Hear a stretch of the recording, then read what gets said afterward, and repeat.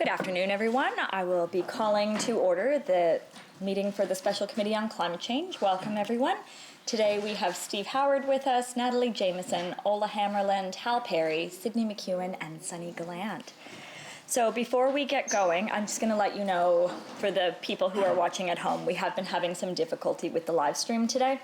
So if the video cuts out, the entire audio transcript will be available after the meeting. With that, can I get a motion to adopt the agenda as presented? Moved by Sunny Gallant. Thank you very much. So we will get right into business. Today we have with us Reg Phelan presenting on agriculture and climate change. Welcome, Reg. Thank you so much for being here with us. We will turn the floor over to you for your presentation, and I'll have members hold their questions until the end, and then we will have a discussion after that. So if you could just start by introducing yourself, the floor is yours.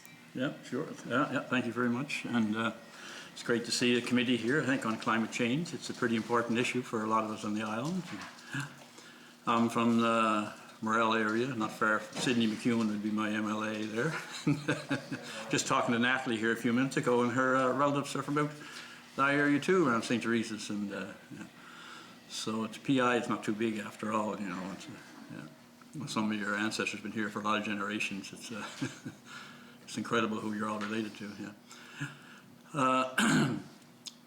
Yeah, I've been involved in farming for a lot of years, ever since college, I guess. Back in the early 70s, I started farming organically, and so it's been a struggle for a number of years in terms of doing it. I also worked at carpenter work for a number of years also, so we do all those things, but been more actively involved in farming for the last 30 or more years probably, yes.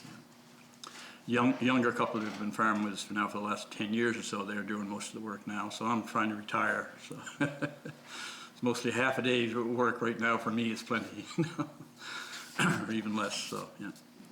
But I've been quite interested in the land issue on PEI, and of course climate change is quite large in that also, in terms of that. And one time I was, the hogs were so bad that I figured ended up selling all the hogs and getting out of farming and back at work to carpenter work for a little while. And so then I thought, well, I'm interested in the land issue, so I applied to go back to university, and they accepted me and gave me a scholarship. And I was able to draw a pokey from working on the carpenter work during the summer. So I thought, oh, this is great. Making more money than I was in farming. So I went back and did a master's, and I did my thesis on the land issue on PEI. So that's what I was often doing. Yeah. And I was unfortunate enough then a company from Holland wanted to publish it, and I said, how did you ever hear about this, you know? In Germany, but they ended up publishing it, but academically, I guess, you know. But you can actually get it online if you want to. Someone else done a short film on the same issue too, from Saskatchewan, Don Cosick. I don't know if you've seen that or not, but yeah. So I've been an interest in this for quite a while. I've been involved in the National Farmers Union for a lot of years, and it's been the land issue's been pretty important to us as farmers, and it's been an important issue on PEI for a lot of generations. So when you were looking at climate change, it's also very, as you all know, I guess, from your work, it's pretty involved in all this too. So it's, I guess, even PEI being so agriculturally based, pretty well economy and stuff, agriculture is usually considered as pretty high up on the list of one of the major greenhouse gas emissions on the island. I don't know what the figures are, you probably know that anyway, in terms of it's pretty high too. But I think what we should look at when we're looking at agriculture is not so much as agriculture as being the instigator of these emissions. I think we have to look at it as farming is not the problem in terms of it here, because we have had thousands of years of agriculture and farming on PEI, and we've never had the gas or the climate change issue up until just recently. So where the climate change stuff comes from is the inputs into agriculture. And most of the biggest input then is like nitrogen fertilizers in the last years or so. And that they're coming based more or less on oil and production, as you probably are quite aware of, and other issues. So that's where the input in terms of greenhouse gas effect comes in terms of agriculture. And and it's a major source, and really, and we're seeing it now in the deterioration of our soils. Like, you're probably aware of the 20-year study the Department of Agriculture has done in the last 20 years, looking at PI soils in terms of organic matter and other aspects to it. And that study was just published about a year or so ago, and it's fairly astonishing because it shows that our soils are being depleted at a rate right across all over these years. And there needs to be quite a bit of change involved, because the organic matter, when it goes down like that, has a big effect on agriculture and a big effect on the environment. And as you can see now, the climate change is making that much more, that effect is making it much more open to what's happening because of the dry seasons we're having and the droughts and other stuff, and it can all be contributed back to some of this here stuff.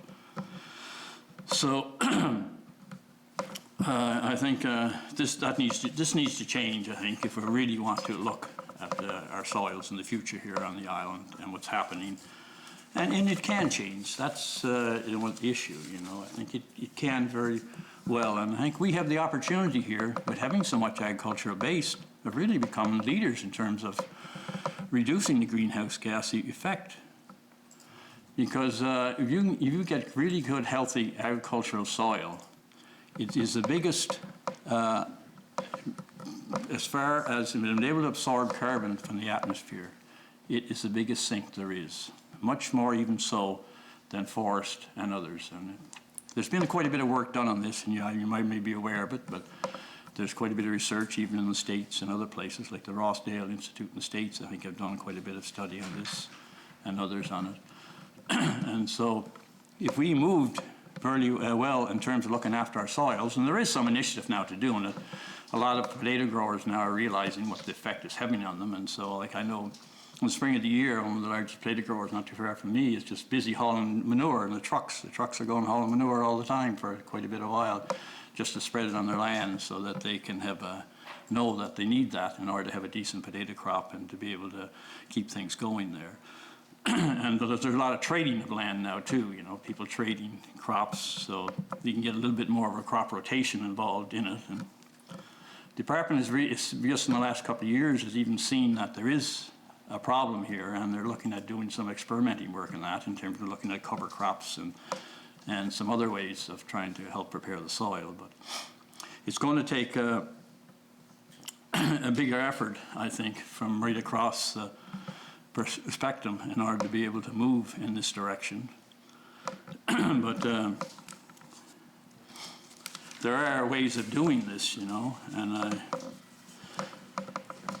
there are ways of potential to reduce the greenhouse gas emissions substantially.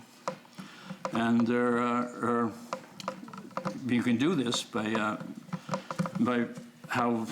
how we look after, regenerate our soils, and using agroecology methods in terms of farming and diversified rotations, cover crops, and to be able to move farms toward climate compatibility, you know, and low emissions production systems, you know. And we need support, I think, from government in order to be able to do this and to move in that direction. And that's where I think, you know, I think you have quite a role to play in this, if you can recommend that the government become much more actively involved in this. Because if we can encourage the soils to be much more healthier and to be able to move in that direction, we're going to have an effect. I think you'll see a lot more farming taking place, a lot more people involved in farming, because right now it's a pretty difficult place to be in terms of agriculture and to try to grow crops in a sustainable manner and fashion. If you can drive through the countryside, you can see that there's less and less farms out there at present, and a lot of it is getting involved in fairly large operations, and the fields are pretty long, and if there's a bad sandstorm and the windstorm in the spring, and sometimes I know driving from my place to Morale is only 10 kilometers, and you had to slow down because you couldn't see on the road with the dust that was blowing across the road. And And they're saying they're even getting some of PEI soil in Cape Breton now, you know. So that's a fair distance to go to blow all the way across the strait, but it is happening, you know. And you can very easily see that when the soil, when you're driving by or look at it, and it has that red texture and otherwise, you know it's not inefficient in terms of health-wise. And so there's very little organic matter left in some of these soils that you see in that condition. And it's, you won't see, it'd be hard to find even any earthworms in some of them soils on it. It's, the activity is just not there. The biological activity that needs to be in the soil in order to keep it in good condition and to build up the organic matter. And when you have it in a well environmental condition, there's a lot less, I mean, you don't see the runoff that we have now with other problems. You can see that now. That's a sign that the soil is deteriorating. Because if that wasn't the case, the water would stay in the soil. It would hold incredible amounts more water. Like, we never had a drought or an irrigation problem in the past very much. And soils that are in really good condition here, you don't see that either. So it's a situation where when the soil is very low in organic matter, very low in biological activity, there's nothing really to hold things together within that soil. And it doesn't have the basis to be able to do that. And so when the rains, it'll probably run off. And you see it going into our rivers and taking some other stuff out of the soil with them that is not very healthy. And it's also going further down in our soils.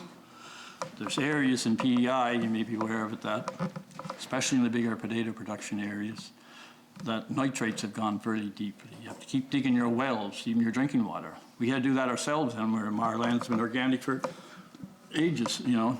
It's but the underground streams, the nitrates have gone into the underground streams. And because of organic certification, we have to test our water all the time, and so nitrates were showing up in it. So we had to dig the well at home the other year down quite a bit deeper just to get below that. And so an awful lot of wells in different areas of the island have been dug deeper all the time just to stay below the nitrate levels that are happening because of the condition of the soil and what's used on it. And so when the water comes down, it doesn't nothing to hold it there in terms of organic matter stuff. So it drains very fast down into the soil. Our soils is quite a bit different. Because you just drive over to Nova Scotia and New Brunswick, and you can see that this think you're from a different planet pretty near than from PEI. You know, we're like a sandbar pretty near on the ocean. You know, with the way our soils are, and they're really kind of sandstone based on it. So, and one aspect of that is that things will drain a lot faster, but another aspect is we don't have a lot of topsoil. Like, not in comparing to Western Canada, where they have, you know, probably could go down a foot. We've only got a few inches of topsoil here, so it's once that activity and gets wearing down on the soil, the conditions show up a lot faster here than they would in some other places. And I think that's where we have to be pretty careful in terms of how we continue and how we try to prevent this from happening. And I had some notes here, but I end up talking, you just kind of forget on the notes here, but I guess you're probably quite aware that emissions, again, are up about 25% like that on PEI, I think, over the since 1990, so that's fairly high, you know, in terms of what's happening here. And but I think we have the potential, really, here on PEI to reduce those emissions down to zero and further and less by just having our much more healthier agricultural soil and conditions here, because they can absorb so much carbon, what's going on in the soil, up to a certain level, of course, but the amount it can restore is fairly large, much larger than forest and much larger than other areas that are looking at absorbing carbon. But of course, once you get to the point where the soils are having plenty carbon, you don't be absorbing as much more in the future. You know, it's not meaning that now they're claiming that agricultural soils, if you just looked after them alone, you could bring the emission rate down to pretty near zero worldwide. But I mean, that is not going to solve the problem if you don't just rely on that, you know. You have to rely and watch what's happening to causing that in the first place, and that's where we have to put some of our effect on it. And I gather you are doing some of that, because I thought you said we're talking to some electric windmills and other ways of performing energy and replacing the greenhouse gas effect and that, you know. So I think all that's very important in terms of working together on it. And so, you know, I think, and by moving in that direction, you might be interested in looking at some of the work the National Farmers Union has done on it. You can just go nfu.ca, and there's a recent publication there. It's called Tackling the Farm Crisis and the Climate Crisis. It's a very large portion, but the fellow that did it has been involved in this issue for quite a while, most of it, Daryl Coleman. And it's looking at the potential that when we do something in terms of the climate change issue, that what we're going to do is we're going to really help farming and agriculture within the country. And some of the stats they look at, you know, like presently in the last couple of decades, farmers are getting so small a portion of the food dollar, it's even less than 5% really. Where back, if you go back to the 1930s, I think they said something like that, and from 1935 to 1985, farmers got 33% of it, you know, of the food dollar in that period of time. So you see the type of agriculture and the direction that farmers have been pushed in with such low prices in terms of the returns that, you know, that's why they have a lot of export and importing, and that's why the real push was to use fertilizers and others, because in the short term that can really increase your yields, but in the long term it has its very negative effects on your involvement in it. So we're kind of in that crisis situation now, I think, because of our soil conditions and others. Even to be competitive internationally is going to be more difficult for us in terms of doing it. So I think if we look at this and seriously and find a way of doing that, it's going to take a lot of government support and a lot of other areas to doing it. But I think what we'll see in the end, if we do, that we'll have a lot more people involved in farming, and they'll be growing more of the food for local situations and regional here, and could probably have some for export also. But when you have that healthier and local food, I think you also then have a much healthier, people have a lot of healthier, better system health-wise. Because we're just seeing too much cancer and stuff that's happening now, you know, it's just incredible looking at the paper all the time. I have a friend just died last night from cancer, and it's just, you know, it's just incredible, yeah. And actually 4 or 5 of our family all have cancer, so you wonder what goes back to, but I think some of it has to do with our health in terms of what we eat and how we do things, you know. And so I think we have a healthier food, we're going to have a healthier diet, and I think we'll have a healthier society also. Consumers will be more involved in it, and you'll have more community activity taking place.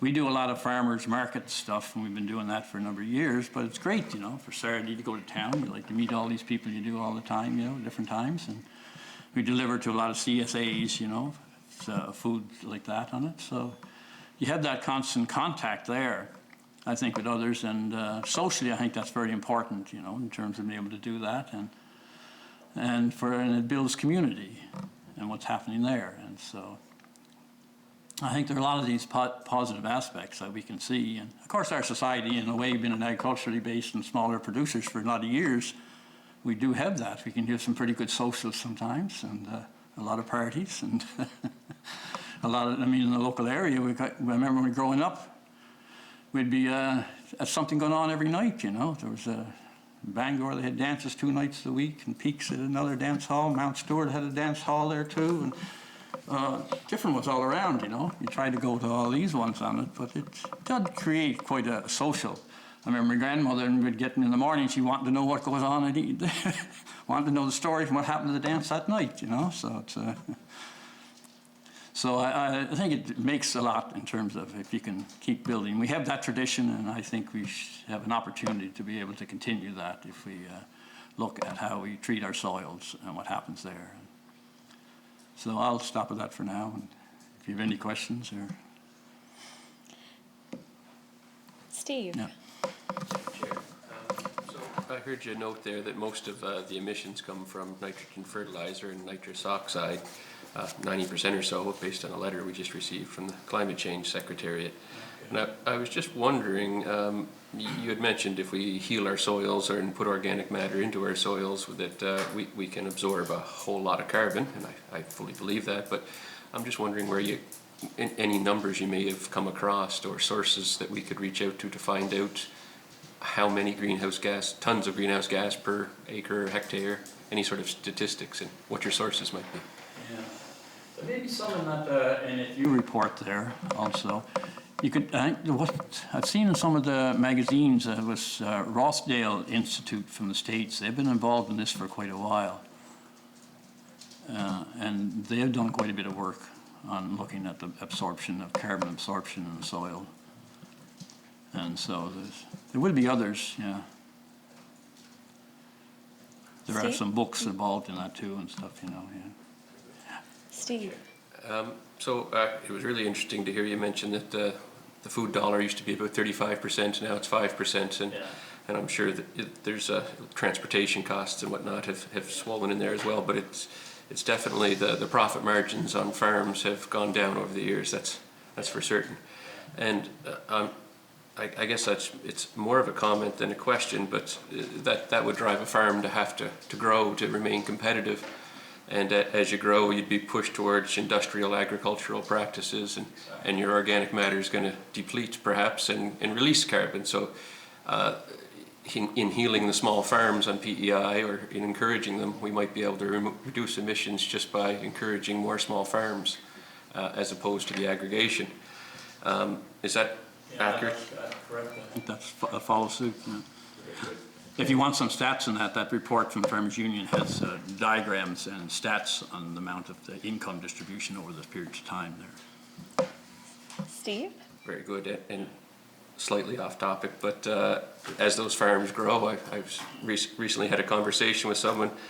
Once those farms get to a certain size, and you can't pass the farm on, who do you sell it to? There's no real option other than going to the really big business in order to try to sell your farm off. So it's another trend that we don't want to see here on PEI is all of our small farms being sold off. There's an increase in use in others now in terms of farming, you know, but I think we need to be able to encourage them to be able to be involved in it, and that's where the land banking concept comes in, and you're familiar with that, I think, and the study that's just been recently done there, and others involved in it. Yeah. And there is an interest from a lot of younger people who are seeing that most days on it, you know. Like even in the spring, Bessie Seeds couldn't keep enough seeds. You know, they're just sold out, and I phoned out to get my seed, and they said, "Oh, we're all sold out of seeds," you know. And this, who is this? Is this you, Reg? Yeah, oh, we got some for you. It's because I've been buying from them for years, you know. But it shows interest that is there, you know. So if we see that, I think that can be encouraged, you know. Sonny? Thank you, Chair. Thank you very much, Rich, for your presentation. I just have a question on, you have approximately 100-acre organic farm, is that correct? A little more than that. A little more. So with the climate, with the growing dry seasons, how has that affected your farm, your organic farm? Not really much, no. Not really much? Did you have to do much irrigation, or do you do No. any irrigation? Don't do any except live in the greenhouse, yeah. Okay. Thank you. Done? That's good for now. Sydney? Thank you, Chair. Sonia, I can attest that their food is how do I say, the lack of irrigation has not suffered. It was a wonderful CSA from the farm this year for sure. Thank you, Reg. And thank you for reminding me of your thesis too. I remember looking at it a long time ago, and I'm not that old, but I remember looking at it a while ago, and I just brought it up here again. And one of your chapters is called "Putting the Culture Back in Agriculture," and I appreciate that. As you know, my grandfather well, and that culture around community in agriculture. And I appreciate you mentioning that today too. I think it's important that our committee hears that aspect of it as well. And you know, getting to meet your farmer, and you know, we don't often get to do that as much anymore, so I appreciate that. When you talk about seeing the trucks go by with manure, and you can, I know you're not speaking for the NFU, but you can speak as a member and your experience too. Where our livestock industry is at in PEI, do we have the organic material here to get our land back? Like, what do we need to do to make sure that we have that organic material that we can put back into our soil to get where we need to get it? Yeah, a very important question in terms of that, yeah. It's, a dairy was one of our biggest aspect of it, because dairy had supply management, over the years. And it's really the backbone of most rural communities that were left on PEI, really, is some of the dairy farmers that are there. And they're able to supply that because of the livestock and manure and others are getting stuff back into the land.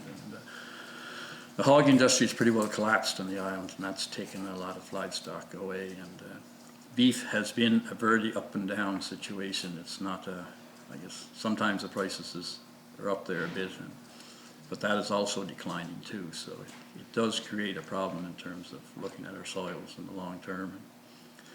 One of the areas we have moved in, we used to have cattle for quite a few years. I just sold some recently, to be honest, but is fish plants in terms of lobster waste and mussel farms and other stuff is great for the soil and building it and getting it going again. So, but if you do green manures is another way of being able to try to build up soils in terms of doing that and having a longer term crop rotation also.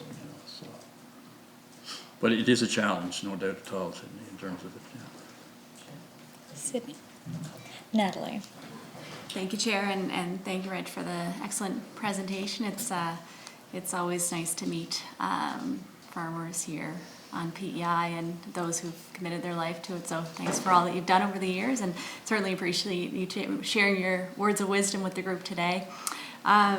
Just a couple of questions for you.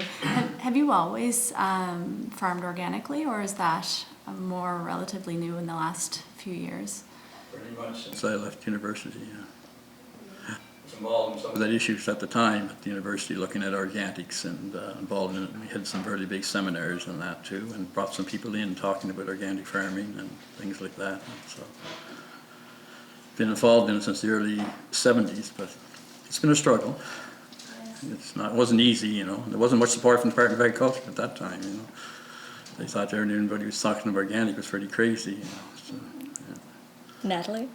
That's thank you, Chair. I guess that'll lead me to my second question. I'm sure it's certainly come with a lot of struggles along the way. Are you able to speak to some of those struggles and some of the challenges that you faced in farming? Yeah. One of the things you should say, the greatest resource ahead when the younger was the older people in the community, that they had farmed organically for years, and most of them knew a lot of this stuff, so it's, and they didn't mind giving you some advice, and sometimes you could go up to the places and have a few drinks and be there for a lot of hours,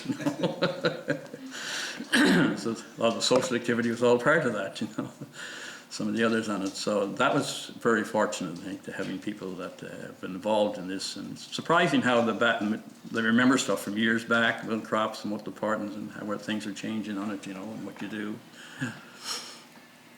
And we did had some of the challenges. It's hard in the marketing system to be able to do stuff and move it. And PEI just having this very small population base, it's hard to move and involve them to be able to sell it. We had established a cooperative, and we operated since the early 90s, I guess. We even had members in Nova Scotia and New Brunswick and other places, and we had a quick number on PEI here, and we were doing organic product and shipping it along with providing markets here. We used to do the Moncton market for, I think, about 10 or 15 years. It was a little extra work getting up 3 o'clock in the morning to head to Moncton, with a load of vegetables or hauling another load behind you in the trailer, because it was a very big market. Moncton's a very open situation on it. But for one, and that's the aspect, we couldn't take our beef to Moncton, because it wasn't certified. Any beef that has to leave the province has to go through a federal inspection plant, and they weren't going to close that plant down to do a few steers for us, So we get local plants, so we'd have to do it here. So that was one of our restrictions in terms of moving our beef, which we had quite a bit at the time. And we were growing quite a bit of organic potatoes at the time also, but then that came onto that where we had the PVYN, the paper disease in potatoes, where we couldn't ship anything off the island for a few years there when they'd been sprayed by a chemical sprout nip, you know. So that just kind of wiped out our markets in terms of a lot of potatoes and vegetables in other places in the Maritimes, because we at that time were going into Montreal with a considerable market. There was a place in Montreal, a trucking outfit, and they used to make a weekly run way down to Pennsylvania and up towards Chicago and back to Montreal, and they do that run every week, and we were feeding into that in terms of vegetables for it, and so it created quite a volume for it. And we had another broker that was quite involved. He used to even ship stuff down to Florida, but I didn't even want the stuff go to Florida. When you plant your Brussels sprouts or something else down there, you wondered when you're going to get a call for one time I got a call from Sprouts somewhere down in the southern states, and he says, I was calling an inspection on your product here. And I says, have you got the product yet? No, I haven't seen it yet, he says. You know, so I said, well, you can go ahead then. I said, but you won't get any more product from me or from us, you know. So I wasn't ready to be involved in some of that type of hassles, but that's what you have to run into, you know, when you're trying to ship off island, and particularly if you're doing it organically, you know, you don't have some of the other supports there in terms of doing that. So it would have been nice to be able to continue that. I think we would have moved an awful lot faster if we didn't have those disruptions. With that PVYN was just incredible, because I mean, it's people just that year. The only results that come back from that year, I think I got $300 and some for an 8-acre field of potatoes. You know, that's all the compensation they got. You know, so it was, and some other growers on the island had a lot more acreage in than that. And I pretty well put them into business. You know. Natalie? Thank you for sharing those experiences with us. I can't imagine it being easy. And I guess in the last couple of years, is there any pests or diseases you've been dealing with specifically, or you've been able to keep it somewhat under control? Yeah, we've been able to keep them under control pretty well on. There are some biological sprays you can use, you know, that worked out fairly well, and it's and if you don't do a long rotation, we do a pretty long rotation in terms of before we come back to the same field again, you know, and that helps quite a bit on it, you know. And even some of the conventional farmers are having to use some of their organic methods in order to look after stuff, you know, like they're growing, particularly the wireworm situation, you know, when that gets out of hand on it, it's, so they have to grow crops like buckwheat and others, and plow that down into the soil and grow it a longer rotation, and methods like that, you know, and giving some wild mustard and into it. And so they're using some organic aspects of things also to be able to look after some of their problems that the chemicals and they can't handle anymore, you know, won't be able to do it. And so it's Well, thank you for your presentation, Reg. I found this really interesting, and I definitely enjoyed the conversation. I'll just make a couple of quick comments. I don't think I have any specific questions for you, but you were talking about the need for governments to be active in supporting farmers in this. And I really believe that. I think one of the things our committee has heard a lot is the potential for soils in sequestering carbon. We do have about 23% of our emissions coming from the agricultural sector, and I think that can be seen as a challenge or an opportunity, and I think there's a pretty significant opportunity. I've read quite a number of papers on the Rodale Institute that you were referencing, and I believe, to answer your question, that they are saying on a good year you could sequester a ton of carbon per acre, but I'd want to verify those numbers, but that's a huge potential. It's a huge potential, and I think that's really exciting. We had a presentation last week talking about a program in California that is paying farmers for certain activities that will put more soil or put more carbon, into the soil. And of course, as you know, there's all kinds of benefits to that. So I think that those are things that we'll be particularly interested in going forward. I had a farmer say to me not all that long ago that she thinks we need to focus as much on growing soils as we do on growing foods. And I think that you would probably agree with that. Very much so, yeah. I'm curious, as an NFU member, I don't know if you can speak for your organization, but have you explored any of the programs that exist that pay farmers to sequester carbon? Have you ever heard of this, or have you ever seen anything on that? And I'm curious on your opinions of that as a pathway of making it more feasible to explore some of these alternative methods. I haven't used any of them, no. I'm not really aware of some of them that are there. But I mean, I know there's some work been going on, but I don't think it's overly, can increase a lot to be significant, you know. Yeah, it's a fairly new initiative. I know Nori is one example, Nori, and they are using carbon credits that they are businesses are paying for carbon credits, and then they are using that money to fund farmers to use no-till farming or to use compost. And I think Sydney made a really important point that our committee needs to keep in mind going forward. If we're going to be putting forward ideas and incentives for farmers to be using compost instead of nitrogen fertilizer, we need to think of the whole picture of that to make sure that we're supporting it with a livestock strategy. Because while green manures and other options are part of that story, we do need to be thinking of the whole picture there. Yeah. Do you see any main barriers to us being able to produce a lot of compost on Prince Edward Island and manures?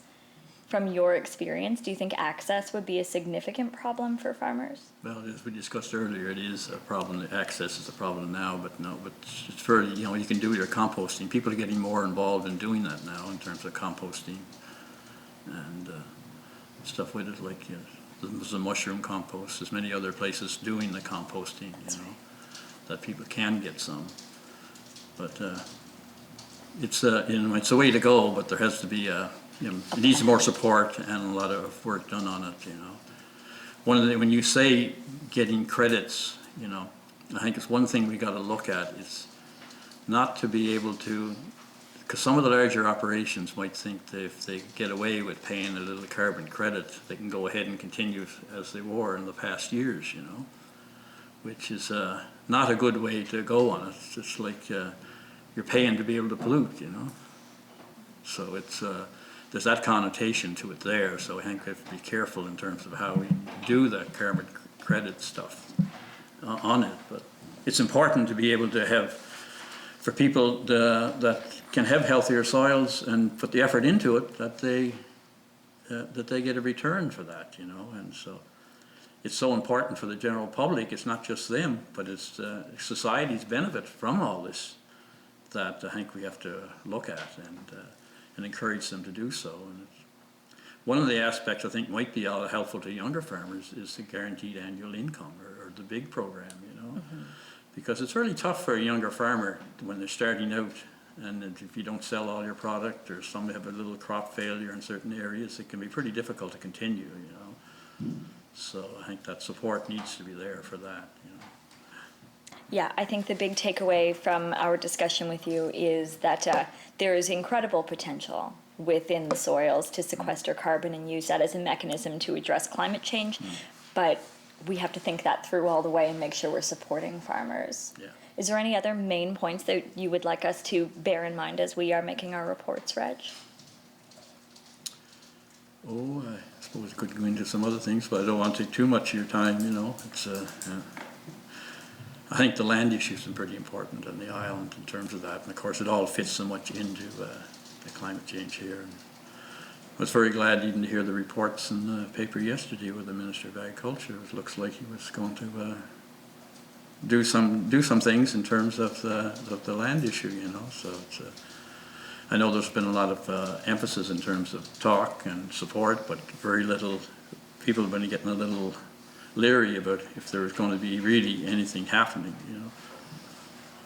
So it's pretty hard to deal with some of the bigger operations that's there, and we've gone to such a large extent, in terms of the monoculture with potatoes, that it's not an easy situation to transform that. But they're trying to do some of that themselves now in terms of seeing how they need healthier soils to have a healthier product. But it's going to take a while to support that transition, I think, to do it. And it's like I was into a committee meeting here a while ago there, it's probably a few years ago, where I guess it doesn't hurt to mention names, I guess, but Mr. Robert Irving was making the presentation, you know. I can still remember some of the comments, you know. Like, my 85 growers don't need to go by the Lands Act, you know, and they don't need to rotate for 3 years, you know. And they can get by with less than that, you know, even though it's part of the act, you know. So it shows quite an arrogance and an incredible control there that it's fairly difficult on a lot of farmers in the farming community. That some of them are very leery of even speaking out, you know. It's to that point, because where are you going to get your fertilizers? You get it from the oil company. Where are you getting your sprays? From the oil company, you know. And now where are you getting some of your seeds? It's from that oil company that they control and all, you know. So the control is incredible out there, and they don't mind putting the pressure on to be able to continue that, you know, and do it. So it's something that we have to be thoughtful of when doing some of this type of work. And how do we handle that, you know? I definitely appreciate your comments, Reg. I'll look to the committee to see if anyone else has any other questions. And seeing none, I thank you so much for your time today. I'm going to take a quick recess while you pack up. But thank you so much. Okay.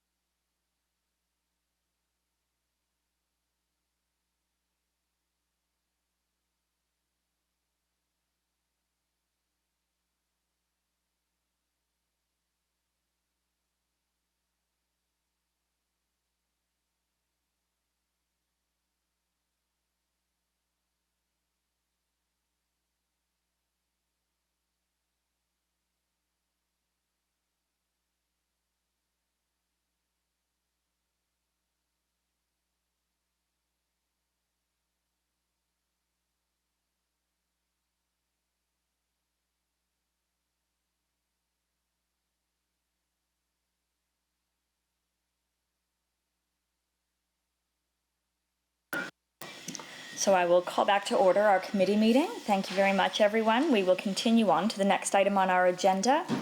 You all have in front of you the correspondence for your files, and we have 2 requests to appear before us, one from Bike Friendly Charlottetown and one from the Canadian Vehicle Manufacturers Association.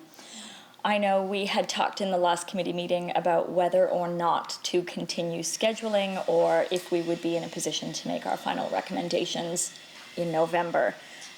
I rather thought we would have the opportunity to make that decision after we heard from the Climate Change Secretariat, but for reasons that came up beyond their control, they couldn't appear today.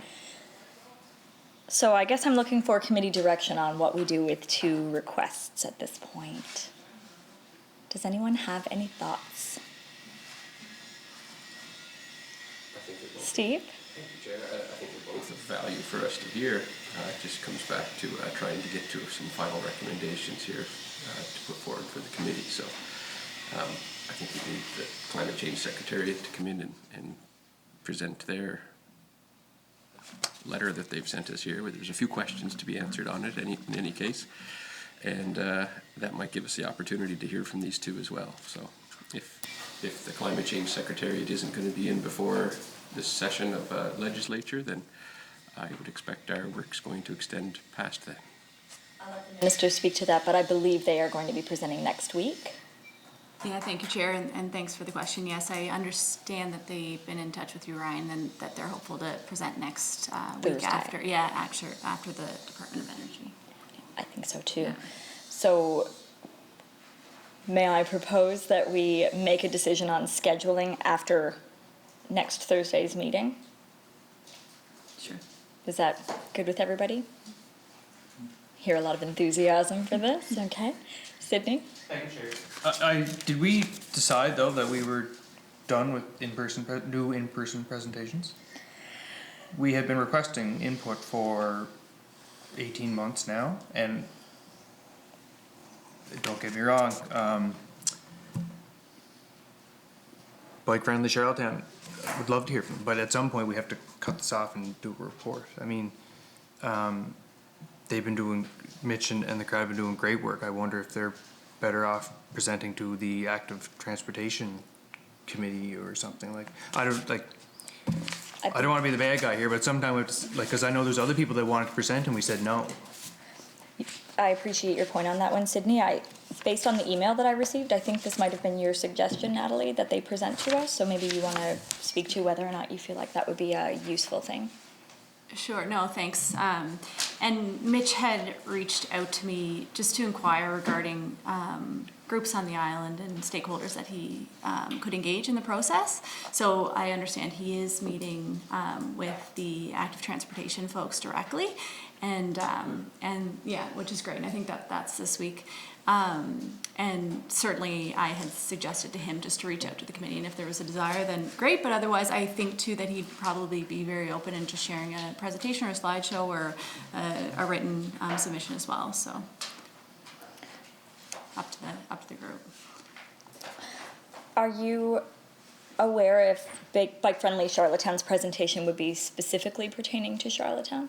Presumably it would be, but I don't know if they speak to active transportation in other parts of the province. I just wonder if our committee is likely to make recommendations on what Charlottetown specifically should be doing. But I will look to the committee for feedback on that. I'm really not sure. Yeah, thank you, Chair. That's a really good point, and likely the focus would be on Charlottetown, but certainly getting to know Mitch, he does take a holistic view of all these projects and initiatives. So, but likely the focus would be Charlottetown or Greater Charlottetown area. Yeah, I appreciate that. Perhaps we could ask them for a written submission first. With Sydney? I think that's a good idea. We could say in the essence of time, we're trying to get a report into the legislature, because right now with scheduling purposes, we might not be able to get you into until January. after we already make a recommendation. So maybe submit something in written in person, and I'm sure they've got all kinds of material out there that we can all review as well. And I am going to suggest the same for the Canadian Vehicle Manufacturers Association. Everybody comfortable with that? Fantastic. So, Clerk, we will ask you to reach out to both of those organizations and ask if they would be willing to provide us with a written submission to start with.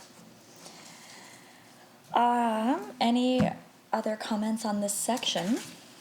If not, I will move on to a review of scheduling. I believe that we have 2 presentations booked for next week. I'm going to hope that we can get started at 1 o'clock. We're going to check with our presenters to see if that's possible, but just to try to allow more time on that side of it.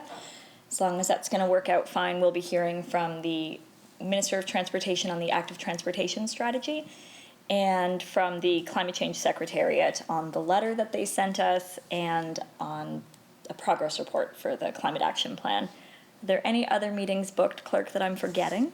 No. After that, I'm hoping that we can schedule a meeting to start talking about our recommendations, whether it's going to be another interim report to the House or if we're ready to make our final report. So perhaps I'll ask you to schedule some time for that next, Clerk. Is that all right? Fantastic. Any new business that anyone would like to bring up? Hearing none, I will ask for a motion to adjourn. Someone's going to have to. Thank you, Sunny. Have a nice day, everyone.